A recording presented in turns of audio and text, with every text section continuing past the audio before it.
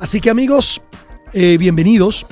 Les saludo con todo el mejor deseo posible y recordándoles que hoy vamos a reflexionar mucho porque tenemos un temazo. El temón de hoy, que va a ser, hablemos del ego. Hablemos de esa estructura que tiene tanta mala prensa, que tiene tanta, que lo han satanizado tanto. Vamos a hablar de ella para conocerla un poco más, porque usted y yo tenemos ego, sin duda alguna.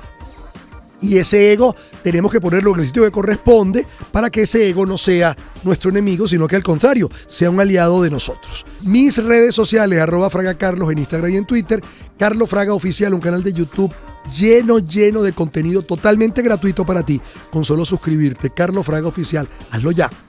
Y luego tenemos un Spotify con el usuario Carlos Fraga, donde está todo mi material de audio. Así que gratis también, gratis, por Dios. Bien, amigos, hablemos del ego entonces. Vamos entonces a hablar desde... Dame la musiquita, papá. Vamos a hablar entonces desde la génesis de esto. ¿Dónde y cómo se forma el ego? Oigan bien. Usted nace, cuando usted y yo nacimos, y cualquier ser humano, porque aquí nos diferenciamos de la mayoría de los animales, que son seres vivos, maravillosos. Usted nace con una gran fragilidad. ¿Por qué? Porque somos de las pocas especies vivas que vamos a necesitar durante un lapso muy prolongado, en comparación a las especies, vamos a necesitar de los demás para sustentarnos.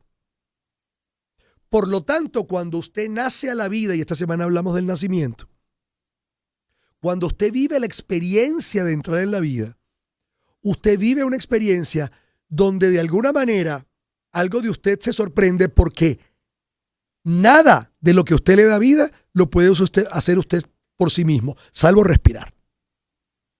Por lo tanto, la comida te la tienen que proveer otro. El cobijo te lo tiene que proveer otro. El sustento te lo tiene que proveer otro. Todo te lo tiene que proveer otro. Por lo tanto, ese bebé comienza a estructurar, a crear una estructura egoica de personalidad.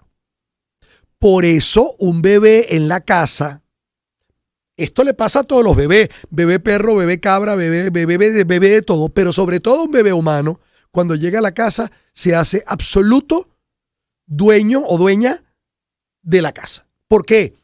Porque todo gira en torno al bebé y él o ella tiene que hacer que eso sea así, tiene que subrayar que eso sea así. ¿Por qué? Porque de eso depende su subsistencia. Por lo tanto, el bebé va a tener que gritar para recordar que quiere comer. El bebé va a gritar cuando le duele algo. El bebé va a buscar la forma de llamar la atención de cariño, cobijo, todo tipo de atención. Eso se llama una estructura egoica o una estructura de ego muy bien estructurada. ¿Eso lo hace malo al bebé? No, al contrario, lo hace profundamente inteligente. Él está buscando llamar la atención de su entorno para que el entorno pueda proveerlo de sus necesidades absolutamente básicas, porque él no se las puede proveer solo. Ahora, eso va a durar, eso va a tener, por supuesto, un desarrollo. Poco a poco ese bebé va haciéndose niño y en su crecimiento se va proveyendo. Aprende a comer solo, por supuesto, aprende a hablar. Y en la palabra hay una petición que puede ser clara. Pero por supuesto, un niño de 5 años tú no le puedes decir, mamá, tengo hambre, y que te diga, anda, cocínate algo. ¿Sabes? Niño de 5 años lo más probable es que le queme la cocina. Entonces, es importante que estemos muy claros en cuanto a eso es el ego. Ahora, ¿qué vamos a hacer con él en el desarrollo de nuestra vida? Porque ese ego que ya está muy bien plantado, que ya está muy bien situado en una primigenia de la vida, tiene que ir bajando de volumen. ¿Por qué? porque vienen nuevas estructuras a ser reconocidas en nosotros. Hablamos del alma, hablamos de mi intuición, hablamos de el otro ser humano, y entonces yo tengo que ir graduando. ¿Ustedes se acuerdan? Y digo que se acuerdan porque, bueno, aquí yo tengo enfrente una consola de audio. Imagínese una consola de audio, o imagínese aquellos aparatos que los llamaban ¿cómo se llaman los aparatos de sonido? Que eran por módulos, los modulares, que uno de esos módulos era el ecualizador. ¿Te acuerdas? Aquí se acuerdan todavía se acuerdan. Ese ecualizador te decía, ante eso que está sonando, cómo ponerle el bajo, cómo ponerle el agudo, cómo ponerle la resonancia, o sea, hasta que tú lograras el sonido que tú quieres o el que sea mejor para ti. ¿Cierto? Ok. La idea es cómo yo voy a ecualizar esto. ¿Cómo voy a ecualizar una estructura tan protagónica, tan escandalosa, tan llamada de atención como puede ser el ego? Entonces, a partir de eso, entramos en conciencia de que ahí empieza una cosa a regularse. Y aquí voy con otro punto. Si usted llega a mi consulta, o a la consulta de cualquiera, pero digo la mía, para hablar de usted y yo, sin ego, yo me preocuparía profundamente y seguramente lo voy a remitir a un psiquiatra. ¿Por qué? Porque una estructura sin ego es una estructura sin ningún tipo de estructura. Perdón, es una estructura psíquica muy desequilibrada. Porque el ego es necesario. Ego, yo. El yo es muy importante reconocerlo. El yo es el que da lugar a muchas cosas. Pero no puede ser el que mande, dirija toda la operación de tu vida. Como muchos seres hemos hecho. ¿Sabes? ¿Por qué? ¿Y por qué lo hacemos? Bueno, porque de alguna manera mi crecimiento ha sido muy duro, mi crecimiento ha sido muy difícil y yo me he tenido que sostener sobre estructuras muy mentales que permanentemente estén buscando ganar, que me reconozcan, que me quieran, que me den un lugar, que me den pertenencia. Y yo siento que con el ego más o menos lo logro. ¿Me van entendiendo? Cuanto más dura es la vida de una persona, en términos emocionales, en aspectos básicos, como son eso, pertenencia, respeto, cariño, reconocimiento, visibilidad. Cuanto más dura es la vida en el hogar, cuando tienes unos padres que no te reconocen, no te visibilizan, no te dan nada, ahí puede haber dos cosas. O derrotas al ego totalmente y no lo sacas, lo que te hace ponerte en una depresión que puede llegar incluso a la depresión clínica. Estoy explicándolo de manera muy, muy simple. Cuidado con eso. Esto es mucho más complejo, pero para que lo entiendan. O puede darte una hiperinflación, término económico que se le aplica a esta parte psíquica, una inflación de tu ego. ¿Por qué? Porque tú sientes que lo necesitas. Y que si no mantienes todos esos estados totalmente protagónicos, actuantes, absolutamente dramáticos, nadie te va a amar ni a reconocer. Entonces ahí tenemos la variabilidad que hace que una persona sea ególatra. Bien, amigos, y continuamos. Hoy estamos hablando del ego.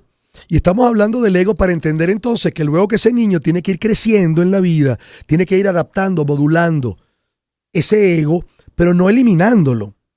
Y le decía yo a la gente del live que todas estas prácticas chamánicas que hoy en día se hacen, ojo, algunas de una manera muy pirata y muy mal hechas, pero definitivamente los chamanes existen, la naturaleza existe y ahí hay toda una sabiduría ancestral que en el mundo entero está despertando al ser humano. Algunas de las plantas que ellos utilizan como brebajes, que no los voy a nombrar aquí, buscan como experiencia humana que tú simplemente pierdas noción de la individualidad y entres en una suerte de contacto con el todo, sintiendo que tú eres parte del todo, pero también eres el todo. Aunque le suene muy loco. Esa experiencia vivida en un ser humano, en un trabajo personal, es una experiencia que cambia la vida antes y después. Porque es una experiencia que además dura un tiempo, no vaya a creer que vas a estar así el resto de tu vida. Esa experiencia que dura un tiempo lo que te hace es codificar la vida de otra manera. Y poner entonces al ego, que está ligado a la mente, y que por supuesto, ¿qué busca el ego? Ganar, vencer, ser el primero, por encima de todo, estar por encima de todo lo demás, buscar siempre la primacía, buscar siempre el aplauso, ponerlo en su lugar. Y ahora voy, ¿qué es su lugar? Si usted es un artista, óigame bien, si usted es un artista o usted va a hacer una exposición, para usted montarse en ese escenario, ponerse un micrófono y hablar con contundencia para poder conmover o convencer, usted necesita tener ego.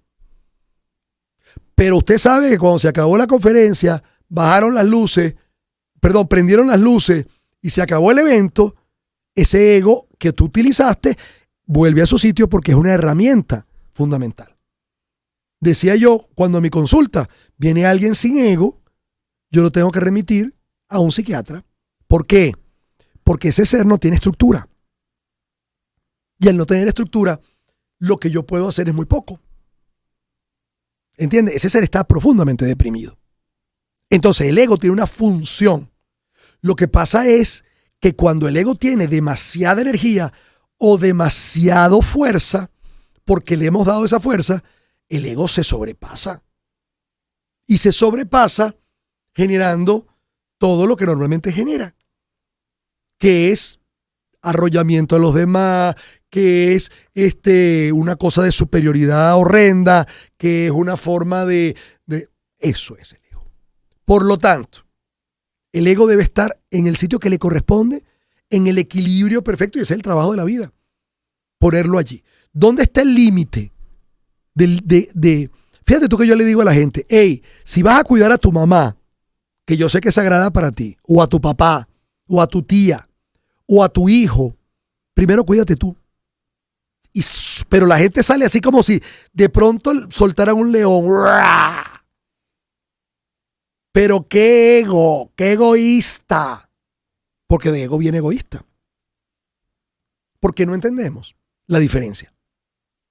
Y como solo reconocemos al ego porque lo que tenemos más inflado es el ego, todos, evidentemente lo primero que vemos es el ego. No, yo te estoy pidiendo aquí, cuídate tú para poder cuidar a los demás. Porque si no te cuidas tú, si el cuidador se enferma, se acabó el cuidado. Pero no lo entienden. Hay una cosa ahí de no entiendo. Entonces, ¿dónde está el límite? Que tú entiendas que el amor por mí como creación, el amor por mí como milagro, el amor por mí como parte del todo, tiene que ser para mí prioritario. Para yo poder entonces difundir, ayudar y generar un estado de bendiciones en los que me rodean. Yo no me puedo descuidar. Vamos a ver la pregunta. Wow, pero esto está lleno, gracias a Dios. Carlos, ¿cuál es la diferencia entre el ego y el amor propio? Ok, ahí estamos. El autoestima es el valor que siento por mí como milagro, que además al verlo en mí lo veo en todos. Pero eso hace que yo pueda poner límites con claridad y amor. Eso hace que yo pueda buscar equilibrio en todas las cosas. Eso hace que yo pueda agradecer sin ningún problema. Eso hace que yo pueda pedir sin ningún problema. El ego no sabe pedir. Y si pides con exigencia. Buen día. De acuerdo a sus conocimientos y experiencia en los procesos de duelo déjame ver cómo sigue esta pregunta. Que saben que aquí está. Pérdida de un ser amado. ¿El ego está involucrado para adaptarse a la nueva realidad? Sí, amiga. Buena pregunta. Por eso hay que tener mucho cuidado cuando estamos hablando de duelos. Lo primero, por eso la aceptación es en la gran fase del problema, del duelo. ¿Por qué? Porque en la aceptación ya yo paso a un punto donde la culpa no entra. La culpa es hija del ego.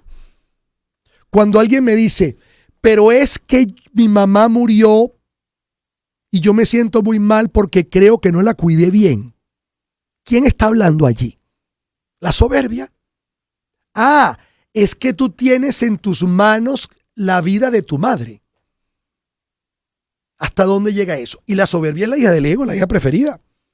Entonces, cuando hay un periodo en el duelo donde hay algo que ya me hace aceptar lo que me toca vivir con la contundencia de lo que me toca vivir, y ahí puedo decidir cómo vivirlo, ahí el ego lo hacemos al mínimo.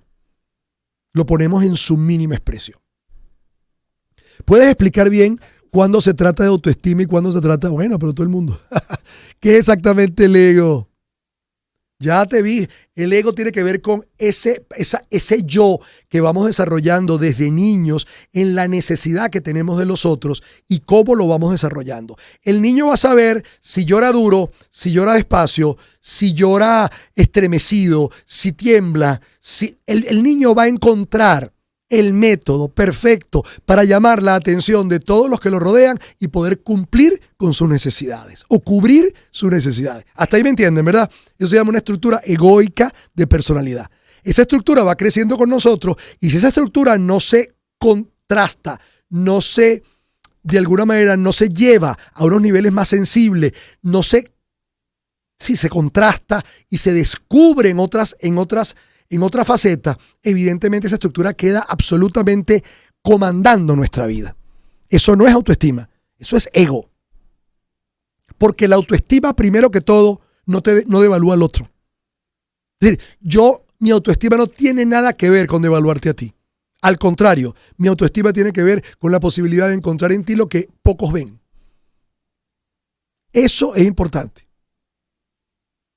La autoestima es una línea sutil, pero en el autoestima el ego tiene el espacio que le corresponde. No es el espacio protagónico. Lo protagónico en el autoestima es el amor y el valor propio. El valor propio tiene que ver cuando yo descubro que soy el milagro que soy. Independientemente de todo. El hecho de yo haber nacido me hace un milagro. Y ese milagro, en evolución, va a ser mi mayor bastión para la vida. Se llama autoestima. Muy bien. El siempre pensar en el qué dirán o qué pensarán de mí tiene que ver con el ego, por supuesto. Por supuesto.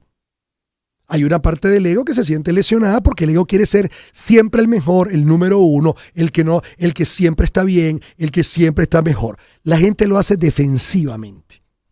Cuando tú te defiendes es porque sientes un peligro. Quien siente un peligro permanente, acechante en la vida, tiene una profunda inseguridad y esa inseguridad la da el ego como tal, como una estructura que está sobrevaluada. Pero recuerden, esto no es culpa ni de tus padres, esto todo tiene que ver con una cultura. ¿Por qué? Porque esta es una cultura del poder.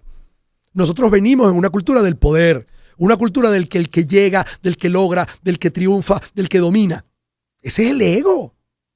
Entonces, claro, si venimos y estamos en una cultura donde el que tiene más ego es el que más, por lo menos el que más brilla, evidentemente, bueno, lidiar con el ego es todo un tema muy duro.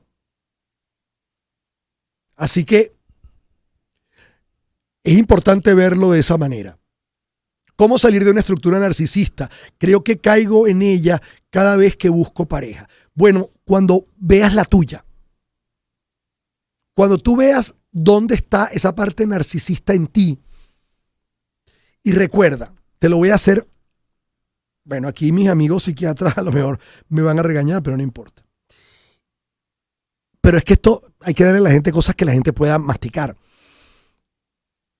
El narcisismo básicamente tiene su punto focal en una falta de contacto íntimo, en una falta de contacto contigo, en una falta de escucharte, de sentirte, de ser. Punto. A eso hay que volver. Y hoy en día hay muchísimos caminos para hacer de esto algo mucho más sencillo que antes. La meditación, el yoga, todas estas disciplinas el mindfulness, todo esto lo que te está llevando es vuelve a ti, regresa. ¿Ok? Perdón, hago otra salvedad respetando a mis amigos psiquiatras. Una cosa es narcisismo, que todos tenemos un pedacito, y otra cosa es un trastorno narcisista. Ahí estamos en una patología. Cuidado con eso. Ok. Cuando el ego hay que dejarlo manifestarse, o sea, sé que hay que aceptarlo e identificarlo, pero cuando el ego nos ayuda. Bueno, el ego nos ayuda en un momento donde tengamos que mostrarnos, donde tengamos que, a través de nuestras palabras, convencer, conmover. Ahí tenemos que utilizar un poco al ego, porque el ego es el que nos estructura, el ego es el que nos muestra, el ego es el que se vale de recursos que de repente el alma no tiene con respecto a los demás. El ego no está ahí por casualidad, Dios no está loco, pero hay que modularlo. Entonces, el papel del ego es un papel estructurador y es el papel que permite que el niño sobreviva. Que estoy respondiendo preguntas. Carlos, justo queriendo saber de ese tema, tú me comentas, quiero saber cómo hago para no seguir escondiendo parejas desde el ego, escogiendo parejas desde el ego. La verdad no entiendo por qué me cuesta tanto hacer. Bueno, mi amor, porque estás en una cultura donde la mejor pareja va a ser la más bella, la más triunfadora, la que tenga cualquier órgano visible y explotado, la que hable más bonito, la que sea sin filtro. Todas esas aberraciones hoy en día forman parte de todo lo que es el atractivo. Entonces, por supuesto, tú tienes que entrar ahí o dejar de entrar ahí. Y dejar de entrar ahí, te voy a dar una clave, ojalá te sirva. Para dejar de entrar ahí, tú lo que tienes que buscar es simplemente darte el tiempo para que la pareja abra. Hay un tiempo. Yo te conozco hoy y me gustas. Pero si ese me gusta yo lo agarro con riendas y digo, sí, me gusta, pero no pasa nada. Voy a dejar que esto abra. Como abre una flor. Yo puedo pasar por un campo y ver un tulipán todavía en ciernes y yo puedo decir, oye, qué bello ese tulipán que viene allí, pero voy a esperar que florezca. Y esperar que florezca es, déjame conocer a la persona. Déjame ver qué va mostrando. Déjame ver qué me va mostrando y qué va mostrando mi ser de mí. Lo que pasa es que tenemos un imperativo. Empieza la gente y mira, y vas a dejar, es capaz que se lo lleve otra persona, pero ¿por qué lo vas a dejar? Es capaz que se lo da, ¿cómo es posible? Tú no te mereces eso. Pero señor, andamos en un apuro loco. Y eso es lo que hace entonces que el ego se instale. Diga, para el apuro, mi amor, yo puedo. Vamos a darle. Claro, porque él puede con el apuro. Porque además él te saca rapidito la lista. Él te saca rapidito la lista de chequeo. La lista de chequeo, mira, es una persona bella, que tiene unos senos enormes, que todo el mundo la ve en la calle, que está buenísima, que está tuning, que está esto, o bien hombre o mujer, que está tal cosa, que además no, es amiguero, se viene reunido con todo, es el primero en los fútbol, es el primero en béisbol, es el más querido por todas partes. Ah, yo lo quiero para mí, porque además canta y echa chiste. Todo eso, que está muy bien, todo eso que te dijo, que está chévere, nada de eso son elementos de la relación. Nada de eso te sirve para la relación. Nada. Entonces deja que florezca, deja que abra, date el tiempo. Aprende a decir, espérate, estamos conociéndonos, sin apuro, poco a poco. Yo me merezco el tiempo para saber qué quiero. Ok, ahí te dejo ese datazo. Amigos, aquí, como siempre, se les quiere mucho, se les quiere bien y se les quiere siempre.